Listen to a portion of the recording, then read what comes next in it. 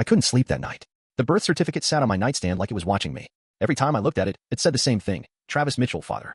Mom never mentioned it, always making it sound like we had the same story. But now everything felt like a lie. The next morning, I tracked her down at a motel off Route 5. When I asked if Travis was really Emma's dad, she didn't deny it. She said she was trying to protect Emma and herself. My heart twisted. I felt like everything I believed was just a cover-up. You know those stories where everything falls apart in one night? Yeah, this is one of those. It all started with a birthday cake. I was turning 17, and my little sister Emma had spent the whole day trying to bake me one with what little we had, boxed mix from the dollar store and off-brand frosting. She even shaped it into a heart, which made me laugh because I was already too old for that kind of thing. But she tried. That cake was the last happy memory I had before everything spiraled out of control. We lived in a rundown trailer on the edge of town, my mom, Emma, and me. Dad left years ago, and honestly, I couldn't blame him. Mom changed after he left. She worked part-time at a gas station, always tired, always angry, and always looking for a shortcut out of our mess. That shortcut showed up one day in the form of a man named Travis. He pulled into the gas station in a luxury SUV, sunglasses on, gold watch glinting in the sun. Next thing I knew, Mom was dressing nicer, putting on makeup again, staying out late. A week later, she sat me down at the peeling kitchen table and told me she was leaving with Travis. Just like that. But what about us? I asked. My voice cracked, not because I was about to cry, but because I genuinely didn't understand. She shrugged. You're almost grown. You'll figure it out. Emma has you. She kissed Emma's forehead, didn't even look at me, and walked out. I thought it was a joke at first. I kept waiting for her to come back through the door, maybe laughing, maybe yelling, but she didn't. And just like that, I was 17, broke, and responsible for a 9-year-old. At first, we tried to make it work. I picked up shifts at the local diner under the table. Emma kept going to school like everything was fine. I even managed to keep the lights on for a while. But everything was slipping. The fridge broke. Then the pipes. I couldn't fix it, and we couldn't afford help. Winter was coming, and the trailer had no insulation. I found an old space heater in a junkyard and patched it up with duct tape. We used it to heat one room and slept there together, bundled in every blanket we owned. Then came the knock on the door. I opened it and found a woman in a long coat holding a clipboard. Behind her was a police officer. My stomach dropped. Are you Jason Miller? She asked. Yeah, I'm with Child Protective Services. We received a report. Someone had turned us in. They said we were living without adult supervision. I tried to explain that I was the adult here. I told them Mom left, that I was working, that Emma had food and heat and a roof. But they didn't care. Rules were rules. They said she had to come with them. Emma screamed and held onto my waist. I didn't cry. Not until they drove away with her in the back seat. I didn't hear from Mom for weeks. I called her, messaged her, begged her. Nothing. I even called Travis's business line, but they hung up on me. I was alone. Then, out of nowhere, Mom came back. She showed up at the trailer one morning in a leather jacket, holding a travel bag, looking like she hadn't slept. Her eyes were puffy. Her makeup was smudged. Travis had kicked her out, she said. Something about her not fitting in with his friends. I just stood there, arms crossed, waiting for her to say what she really came for. I need a place to stay, she finally said. I stared at her, trying to find the right words. The same woman who walked out on us was standing in front of me, acting like nothing happened. You left, I said flatly. You don't get to come back like it's a sleepover. Her face fell. I made a mistake, Jason. No. You made a choice. And now Emma's gone. Her lip quivered. I expected an apology, but she just looked past me into the trailer. We can get her back. I'll talk to the courts. I'm her mother. I laughed, actually laughed. Now you want to be a mom? She stepped toward me. I'll do better. I swear. But I wasn't buying it. I told her she could stay for one night. That was it. I didn't want to be cruel, but I couldn't forget what she did. That night, I slept with one eye open. And I had a good reason for it. Because the next morning, I woke up and my wallet was gone. The wallet wasn't the only thing missing. She took the $42 I'd been saving for groceries. Every single dollar, along with the bus card I used to get to work. Just gone. No note. No apology. Nothing. I sat there on the edge of the couch, staring at the empty spot on the table where my wallet had been. I wasn't even surprised. That was the worst part. Somewhere deep down, I'd known it would end like this. But I let her in anyway. 2 hours later, I called the diner and told them I couldn't make my shift. Couldn't even afford the bus fare. My manager wasn't happy. Said I could lose my spot if I missed another day. But I didn't have time to worry about that. I had to figure out how to get Emma back. The system had her now. CPS told me they'd placed her with a foster family while they investigated the situation. I was technically still a minor, which complicated everything. I needed a stable home, a source of income, and legal guardianship, all things I didn't have. But I wasn't about to let the state keep her. I spent the next few days calling every number I could find. Legal aid, youth services, even our old school counselor. Most people didn't call back. The ones who did said they were sorry but couldn't help. And then I got a break. A woman named Carla from Legal Support for Youth actually called me back. She'd heard our story from one of the counselors I reached out to. Said she used to work in family court and might be able to help if I could prove I was capable of taking care of Emma. We set up a meeting for that weekend. She said to bring everything I had: bills, pay stubs, proof of rent, photos, anything that could show I'd been her primary caregiver. I borrowed a neighbor's printer and printed every document I had. I even wrote a letter about how Emma liked her pancakes with chocolate chips and how she got nightmares after watching scary movies. I thought maybe the personal stuff would help. It wasn't much, but it was real. That Saturday, I met Carla at a cafe downtown. She was in her 40s, wore a blazer over a graphic tee, and looked like someone who didn't take nonsense from anyone. She scanned through my papers with a serious expression. When she looked up, she said, "You're doing everything you can, but the court's going to need more than effort. They're going to want a place that's safe, steady, and legal." "I'll do whatever it takes," I said. She nodded. "Then we need to find you better housing, and fast. This trailer won't cut it." That hit me hard. I'd done everything I could to make it livable, but she was right. It wasn't enough. The next week, Carla pulled every string she could. She got me into a program that helped youth aging out of the system find transitional housing. It wasn't fancy, a shared apartment with 2 other guys, but it was clean, safe, and had actual heating. I moved in that Friday and started saving every penny. The diner gave me a few more shifts, and I started delivering groceries in the evening with a borrowed bike. I was exhausted, constantly running, but every time I thought about giving up, I remembered Emma's smile when she brought me that heart-shaped birthday cake. Carla filed a motion with the court. She argued that I'd been Emma's primary caregiver, that I was working, had housing, and deserved a chance. The judge scheduled a hearing. The night before the hearing, I couldn't sleep. I stared at the ceiling in my new room, heart pounding. I kept picturing Emma in some stranger's house, eating meals at a table with people who didn't know she hated green beans or that she always slept with a nightlight. At the courthouse the next morning, I wore my only nice shirt and the same sneakers I'd worn for 2 years. Carla was waiting for me by the courtroom door. She gave me a nod and whispered, "You've got this." The courtroom was smaller than I expected. A judge, 2 attorneys, a CPS representative, and a woman from the foster family Emma had been placed with. I scanned the room for her, but she wasn't there. Apparently, kids didn't always get to be present for hearings like this. The judge asked me a bunch of questions: where I worked, how much I earned, how I'd handle school if Emma came back, who would watch her while I worked. I answered as best as I could, and Carla jumped in to back me up when I stumbled. Then the CPS rep spoke. She had a file in her hand, and she flipped through it like she was reading the weather. "While we appreciate Mr. Miller's effort," she said, "we have concerns about long-term stability and the trauma involved. Emma has expressed confusion and distress about her mother's sudden absence. We believe remaining in foster care is in her best interest for now." My stomach twisted. I opened my mouth, but Carla put a hand on my arm. "Let me speak," she whispered. She stood up and faced the judge. "Your Honor, the trauma Emma experienced wasn't caused by Jason, it was caused by their mother." And instead of crumbling, Jason stepped up. He worked, he moved, he sacrificed. Most adults don't do half of what he's done. This girl doesn't need strangers. She needs her brother. The judge didn't say anything for a long while. Then he looked at me and said, "You're 19 next month?" "Yes, sir." He nodded, then turned to the CPS rep. "We'll reconvene in 60 days. If Mr. Miller continues demonstrating stability, we'll consider reunification." It wasn't a yes, but it wasn't a no either. When I got home that night, there was a surprise waiting for me. On the kitchen table was my stolen wallet, with a note tucked inside that said, "I'm sorry. I messed up." It was from Mom.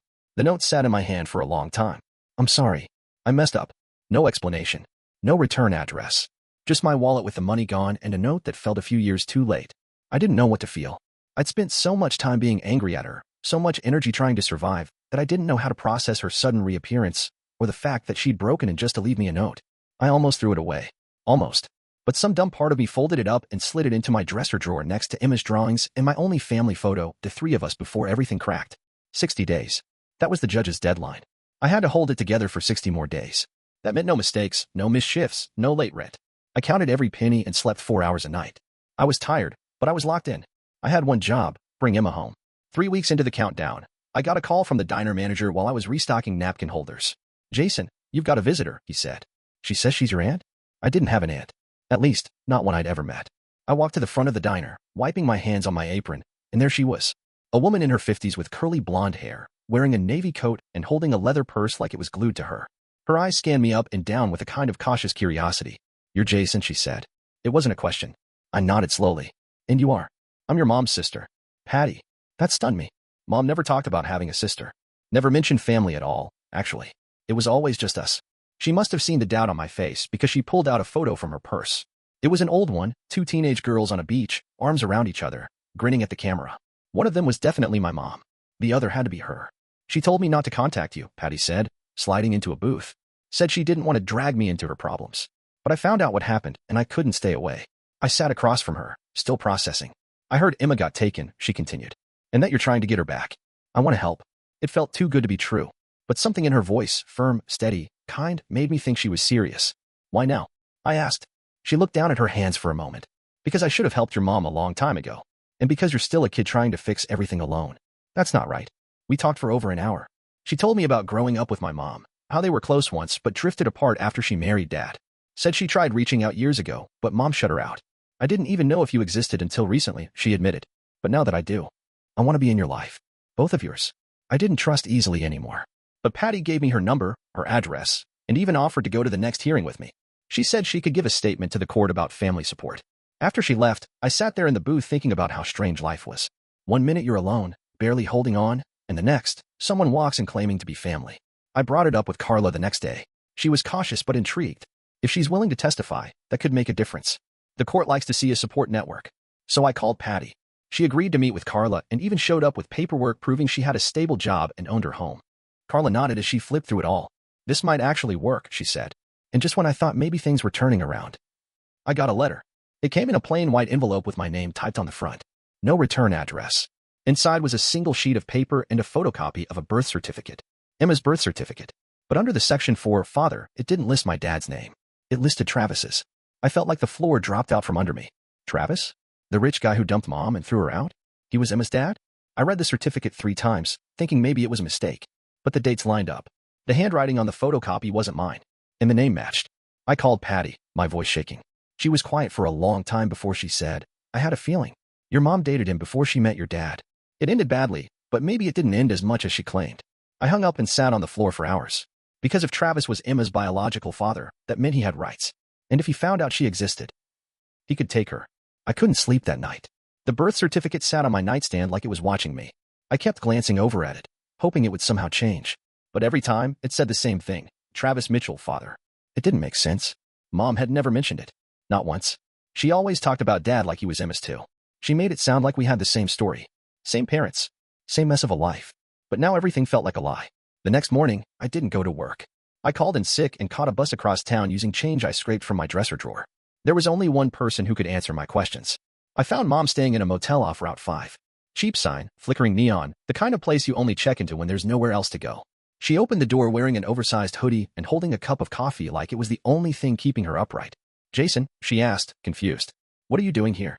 I walked past her into the room without asking. Is Travis Emma's dad? I asked, holding up the paper. Her face went pale. She didn't even try to lie. Where did you get that? So it's true. She sat on the edge of the bed and nodded slowly. I was going to tell you. I just didn't know how. I felt a fire building in my chest. You lied to me. You made me believe we were all in this together, like some broken little family. But this whole time, you were hiding this? I was trying to protect her, she said, her voice weak. No. You were trying to protect yourself. She looked away, eyes fixed on the stained carpet. It was complicated, Jason. Travis and I, before I married your dad, we had a thing. When I found out I was pregnant, I knew Travis wouldn't want the baby. He was already moving up, already chasing money and image. So I said nothing. Your dad agreed to raise her as his. So Dad knew. She nodded. Yeah. But when he left, I didn't think it mattered anymore. It matters now, I said. If Travis finds out she's his, he could take her. Mom looked at me like she was finally seeing the full picture. You have to promise me you won't tell anyone. Don't say anything about Travis in court. Please. I didn't answer. I just left. Back at the apartment, I sat with Carla and told her everything. Showed her the certificate. Watched her brow furrow deeper and deeper. This complicates things, she said, sighing. Biological parents have rights. If this comes out in court and Travis decides to claim her, can we hide it? Carla shook her head. That's not how it works. If CPS or the judge gets wind of this and finds out we didn't disclose it, it could tank everything. They could say you're withholding evidence. My heart sank. So what do we do? She leaned forward. We get ahead of it. We file an inquiry. Quietly. See if he even knows. If he's willing to sign over his rights, or at least not contest, then we move forward. But we have to do it soon. It felt like playing chess with my life. Every move had consequences. And I didn't have many left. A few days later, Carla sent a formal request to Travis's last known business address. It was a risk, but we had to know. Then we waited. 2 weeks passed. Nothing. Then one evening, as I was locking up my bike outside the diner, a black SUV pulled up to the curb. Window rolled down. And there he was. Travis. He hadn't aged a bit. Same perfect hair, same designer sunglasses, same smug expression. Except now, he looked like he knew something I didn't. Jason, right? He said. I nodded, heart pounding. Why don't we take a walk? Everything in me told me to run. But I didn't. I followed him down the sidewalk, trying to steady my breathing. I got your little message, he said calmly. Interesting timing. I said nothing. He stopped walking and turned to face me. Look, I'm not looking to play daddy. That ship sailed a long time ago. But if you think dragging me into some courtroom mess is going to win you points, I'm not dragging you anywhere, I cut in. But your name's on her birth certificate. That gives you power.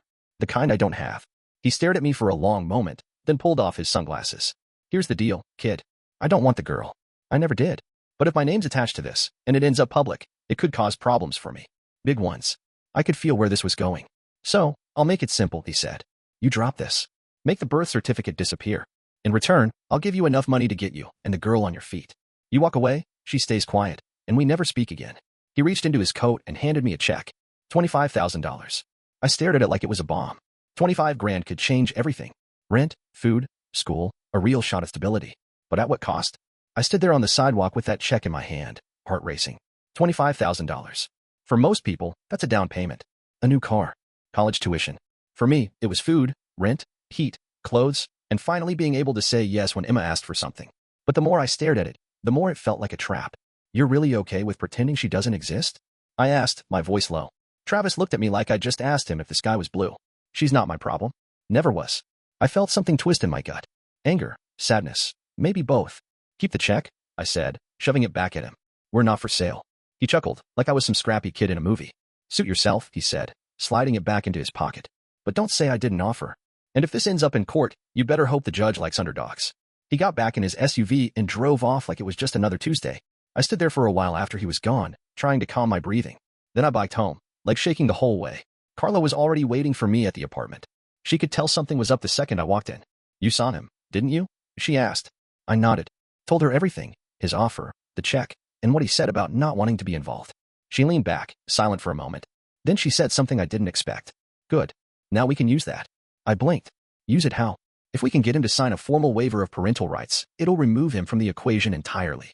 That means no surprises later. No sudden custody battle when you're finally getting your life together. Just you and Emma. And you think he'll sign? Carla smiled faintly. If it protects his image? Absolutely. So we drafted a letter. Legal, binding, and very clear. He would officially relinquish all rights to Emma in exchange for complete confidentiality and no public disclosure of paternity. I mailed it that night. 2 days later, the document came back signed.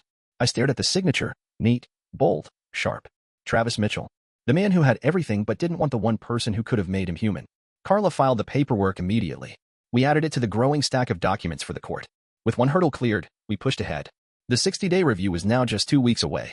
Patty was helping however she could. She brought over bags of groceries, helped me practice answering court questions, even offered to take care of Emma while I worked if we got custody back. I was never a mom, she said one night, helping me fold laundry. But I want to be the kind of aunt she deserves. I couldn't thank her enough. Things started to feel possible. Not perfect. Not easy. But possible. Then, 5 days before the court hearing, I got a call. It was from the foster mother Emma had been placed with. I didn't even know she had my number. Jason, she said. It's Melissa. I'm Emma's foster guardian. My stomach tensed. She's okay, Melissa added quickly. Nothing's wrong. But she's been asking about you. A lot. I swallowed the lump in my throat. Yeah, I've been trying to get her back. I know. She told us. She talks about you constantly. How you made her pancakes in the shape of letters. How you used to read her that silly comic about the raccoon superhero. I smiled in spite of everything. Rocket Roger. That was her favorite. There was a pause. Look, I probably shouldn't be saying this, but you're all she talks about. I've fostered a lot of kids, and I've never seen a bond like this. She belongs with you. My chest tightened. I'm trying. I really am. I know. And I hope the court sees what I see. Then, just as I thought the call was ending, she said one more thing. There's something else, she said softly. Emma told me about someone. A man who used to come around before your mom left. She said he gave her gifts. Told her to keep it secret. My blood ran cold. Did she say who? She didn't know his name. But the way she described him. I think it might have been Travis. I couldn't breathe for a moment. She said he'd sit outside the trailer sometimes. Said he scared her. Everything inside me froze. My legs, my hands, my thoughts. This wasn't just a man who didn't care. This was a man who had been there. Who knew? And chose to disappear anyway. I need to tell my lawyer, I whispered. I figured you would. I just thought you should hear it first. The morning of the hearing felt like a storm was building inside my chest. I barely touched breakfast. Patty tried to get me to eat something, eggs, toast, even one of those store-bought muffins she knew I liked. But I just sat at the table, staring at my hands, running through every possible outcome in my head. What if they said no? What if the judge didn't care that I worked 2 jobs, that I moved, that I did everything right? Carla picked me up at 8 a.m. sharp. She wore her court outfit, black blazer, sharp heels, not a single crease in sight. She looked like someone who could take on a whole courtroom and win. "You ready?" she asked, even though we both knew I wasn't. I nodded anyway. The courthouse was quiet when we arrived. A few other families were waiting in the lobby. One girl, probably about Emma's age, sat clutching a stuffed elephant. I couldn't look at her too long. It made my chest ache. We entered the hearing room just before 9. It was the same judge from last time. Same courtroom. But this time, Emma was there. She sat across the room next to Melissa, her foster mom. She wore a pink jacket with her hair tied back in a braid, one I used to do for her before school. She looked smaller than I remembered. Nervous. Like she didn't know if she was allowed to smile. Our eyes met. And she did. Just the tiniest smile. But it was everything. I sat down next to Carla. The hearing began. The CPS rep went first. She read from a folder with that same distant tone, like Emma was a case file, not a kid. Then Carla stood. "Your Honor, my client, Jason Miller, has demonstrated every quality of a stable guardian. He has maintained employment, secured permanent housing, enrolled in financial planning programs, and shown unwavering commitment to his sister's well-being." She handed over a thick packet of documents, the legal waiver Travis had signed, letters from my boss, my landlord, Patty, and even Melissa. "This packet also includes a personal statement from the foster parent," Carla said. "One that emphasizes the emotional bond between Emma and her brother." The judge nodded and flipped through the papers. For a moment, it was silent except for the rustling of pages. Then the judge turned to me. "Jason, would you like to speak?" I stood slowly. My palms were damp. "I'm not perfect," I began. "I don't have a big house or a fancy car. But I love my sister. I've taken care of her since the day she was born. When our mom left, I didn't run. I stayed. I worked. I made sure she had pancakes on Sundays and socks without holes. I don't know what else to say except, she's my whole world." The judge watched me closely. He didn't smile. He didn't nod. He just scribbled something on his pad. And then, just when I thought we might be wrapping up, the CPS lawyer stood. "We've received a new concern this morning," she said. A phone call was made alleging that a man, believed to be the child's biological father, had previously made unapproved visits and displayed inappropriate behavior. My head snapped toward Carla. This wasn't planned. The CPS lawyer continued. "At this time, there's no formal investigation. But due to the seriousness of the allegation, we request a temporary delay in decision until further information can be gathered." The room went still. Emma looked confused. Melissa put a hand on her shoulder. The judge leaned forward. "Does the defense wish to respond?" Carla stood. "Yes, Your Honor. The allegation refers to a man named Travis Mitchell. He is not seeking custody. He has legally waived his rights. Furthermore, my client has no affiliation with his actions and was unaware of any such visits." She paused, then glanced at me. "However," she added, "we are prepared to submit a witness statement from the child herself, if the court deems it necessary." The judge tapped his pen against the folder for a moment. Then he looked at Emma. "Miss Miller," he said gently, "would you feel comfortable talking to me for a few minutes?" Emma looked at me. I nodded slowly. She stood up, hands clasped nervously in front of her, and followed the judge into his private chamber. We all waited in silence. Minutes ticked by like hours. I stared at the floor, afraid to breathe too loud. Patty squeezed my shoulder from behind. Finally, the door opened. Emma stepped out, her eyes red but dry. The judge followed, walked back to the bench, and cleared his throat. "After reviewing all evidence, and after speaking privately with the minor child, I am prepared to make a ruling." The air felt thick, heavy, like it had to be cut with a knife. In the matter of Jason Miller petitioning for legal guardianship of Emma Miller, the court finds that, despite his age and financial status, Mr. Miller has displayed a level of maturity, responsibility, and commitment that is exemplary. I gripped the edge of the table. "Custody is hereby granted to Jason Miller, effective immediately." I didn't even hear the rest. Carla squeezed my arm. Patty let out a soft cry. And across the room, Emma lit up like a sunrise. She ran to me, arms outstretched, and I dropped to my knees just in time to catch her. We held each other right there in the middle of the courtroom. Like no one else was in the room. She whispered in my ear, "I knew you'd come." The walk out of the courthouse felt like something out of a dream. For once, the sun was shining. Emma clutched my hand like she was afraid I might vanish, and I couldn't stop smiling. I'd spent months trying to hold our lives together with duct tape and hope, and somehow it worked. We were together again. Carla hugged us both outside the building. "This isn't the end," she said, "but it's a fresh start. Don't waste it." Patty took us to a diner that afternoon to celebrate, nothing fancy, just grilled cheese and milkshakes, but it felt like a feast.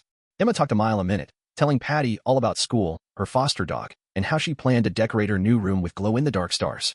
"You're getting a room of your own again," I told her, "and you can do whatever you want to it." She grinned so wide I thought her face might split.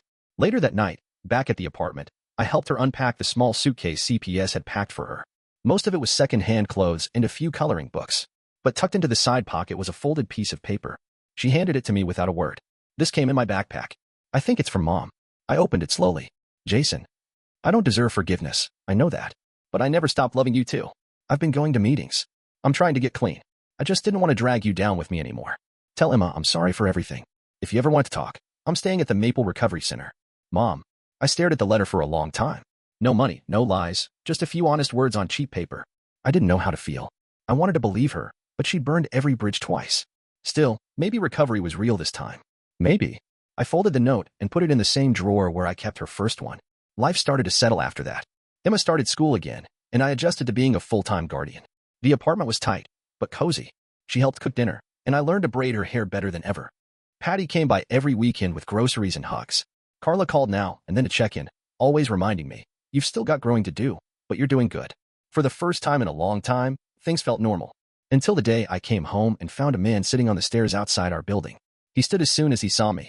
Jason Miller? He asked, extending a hand. I didn't shake it. Yeah. Who's asking?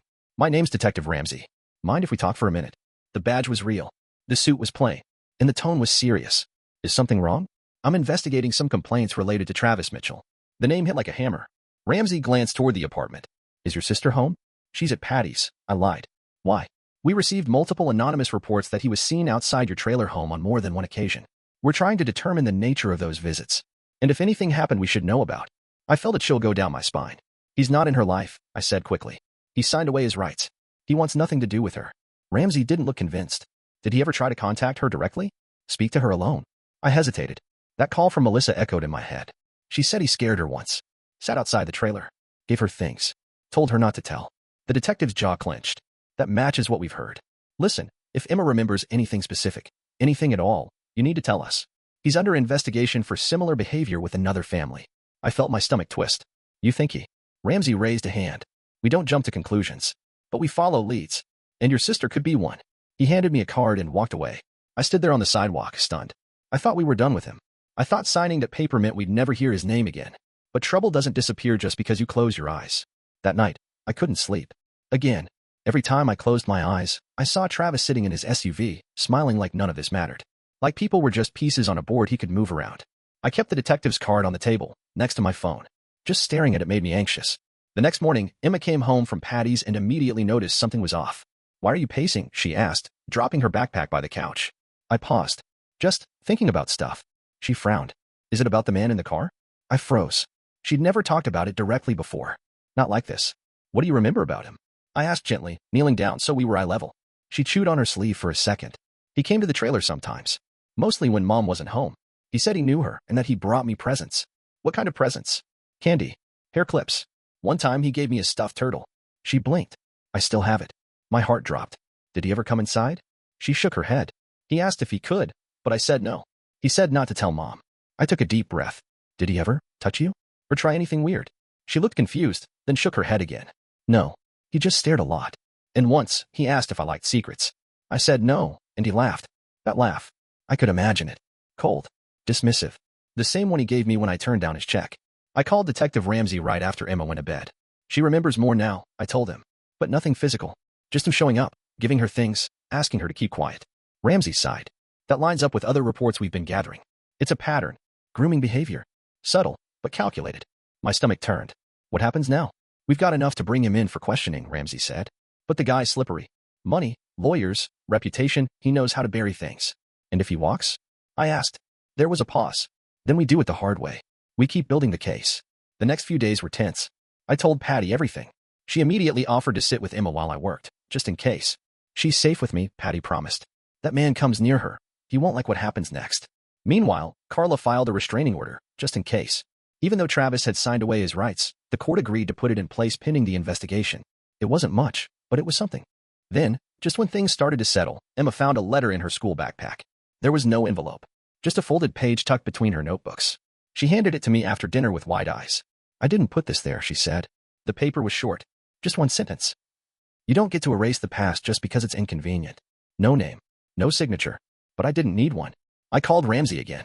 They're crossing lines now, I told him. Sounds like intimidation, he said. We'll check the school cameras. This is getting deeper than I thought. I didn't let Emma go to school the next day. I couldn't. Not until I knew she was safe. I picked her up in the morning, and we spent the day with Patty. Movies, puzzles, grilled cheese, the works. I tried to make it feel normal, but we both knew it wasn't. That night, after she fell asleep, I sat in the hallway outside her room. I kept thinking about how hard I'd fought to bring her home, and how it still wasn't enough to keep her safe. I thought we were done with chaos. I thought I could finally exhale. But Travis wasn't done with us. I spent that whole night sitting on the hallway floor, back against the wall, listening to Emma's breathing through the door. Just to be sure. I didn't sleep. I didn't move. I just sat there with my mind racing through every memory, every conversation, every little thing I had ignored or dismissed when it came to Travis and Mom. Something didn't sit right. The way she shut down whenever I brought him up. The way she left that birth certificate buried in the drawer all those years. And now the letter in Emma's backpack? Someone knew how to get close, and it wasn't just Travis. So the next morning, while Emma stayed at Patty's again, I went to the one place I swore I wouldn't, Maple Recovery Center. I didn't know if Mom would talk to me. I didn't even know if she was still there. But I needed answers. Not just for me, but for Emma. The woman at the front desk gave me a hesitant look but buzzed me through. She's in group right now, she said. You can wait in the visitor lounge. About 20 minutes later, Mom walked in wearing a gray hoodie and old jeans. She looked tired, but clearer. Like the fog that had followed her for years was finally starting to lift. Jason, she asked softly. I stood up. We need to talk. She sat across from me, folding her hands in her lap like she already knew this wasn't going to be easy. You said you wanted to do better, I said. So here's your chance. I slid the photocopy of Emma's birth certificate across the table, the same one that listed Travis as her biological father. I know he's the dad. I know he came around the trailer. And I know you let him. She didn't speak right away. Her fingers fidgeted with the sleeve of her hoodie. Finally, she whispered, I didn't know he was coming around until it was too late. But you knew something, right? Enough to warn us? Lock the door? Call someone. I was scared of him, Jason, she said. More than I was scared of losing custody. Travis always had a way of getting into your head, making you feel small. I sat back, trying not to yell. You could have told me. I was taking care of Emma. I needed to know. She nodded, tears forming. You're right. You're completely right. I thought if I didn't poke the bear, he'd go away. I pulled out the letter Emma found in her backpack. He didn't. And now he's trying to scare us. She took it with shaking hands. Read it once. Her face turned pale. This isn't Travis, she whispered. I froze. What do you mean? I recognized the handwriting. Her voice cracked. It's your father's. My brain stopped working for a second. Dad? Our dad. She nodded slowly. That's how he used to sign notes to me. Sharp T's. Closed A's. I'd know it anywhere. But he's in prison. He was. But he's out.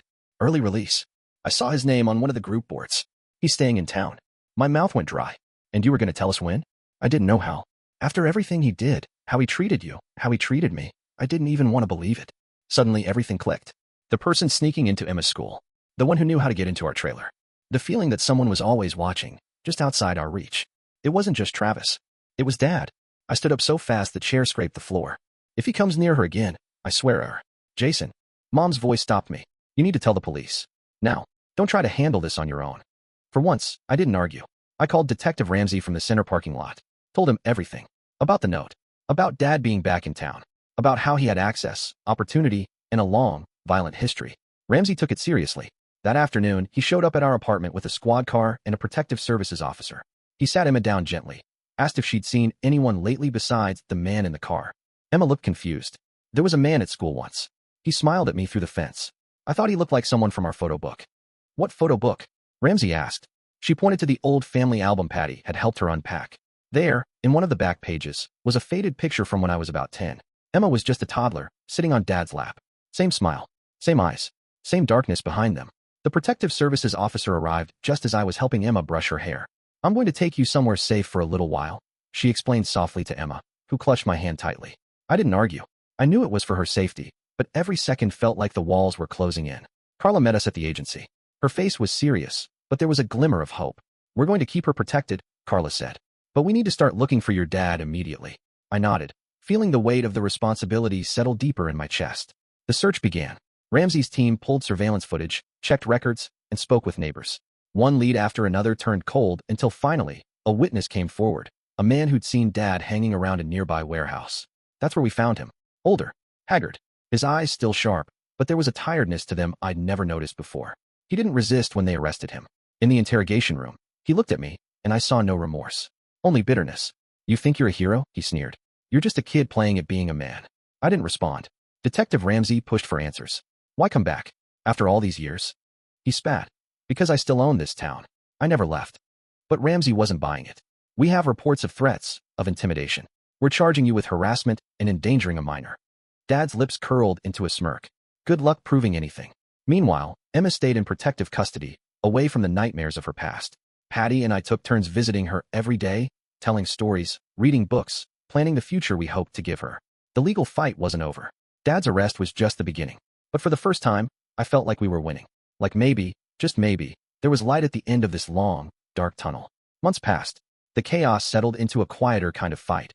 A daily grind of therapy appointments, school meetings, and trying to patch the holes in our broken family. Emma flourished under Patty's care and mine. She smiled more, laughed more, and even started making new friends at school. She was still guarded, but she trusted us. I went back to work at the diner, taking extra shifts whenever I could. I saved every dollar, determined to build a better life for us. Patty became more than just an aunt. She became family. She taught me how to cook meals that didn't come from a microwave and helped me figure out the complicated world of bills and insurance. One night, after Emma was asleep, Patty and I sat on the couch, talking about everything that happened. "You've come a long way," she said, smiling. "More than most people twice your age." I shrugged. I had to. She's my sister. She nodded. "Family's not just who you're born to. It's who stands by you when the world falls apart." Those words stuck with me. I realized that despite everything, the lies, the pain, the fights, we had something stronger now. Hope. We weren't perfect. We still had scars that wouldn't fade. But we had each other. And that was enough. The day Emma started school with a new backpack, new shoes, and a smile that reached her eyes felt like a small victory. We walked hand in hand down the street, sunlight catching her braid as she skipped ahead. "Jason," she said suddenly, "do you think Mom will ever come back for us?" I hesitated. I looked at the letter she left behind. The one where she said she was trying to get clean, trying to be better. "I don't know," I said honestly. "But whatever happens, we have each other. And that's what matters." Emma nodded, squeezing my hand tight. I thought about all the twists, all the turns that brought us here: poverty, lies, danger, and heartbreak. But also love, resilience, and family. Not the perfect kind you see in movies, but real, messy, unbreakable. We still had a long road ahead. But now, I was ready. For us. For our future.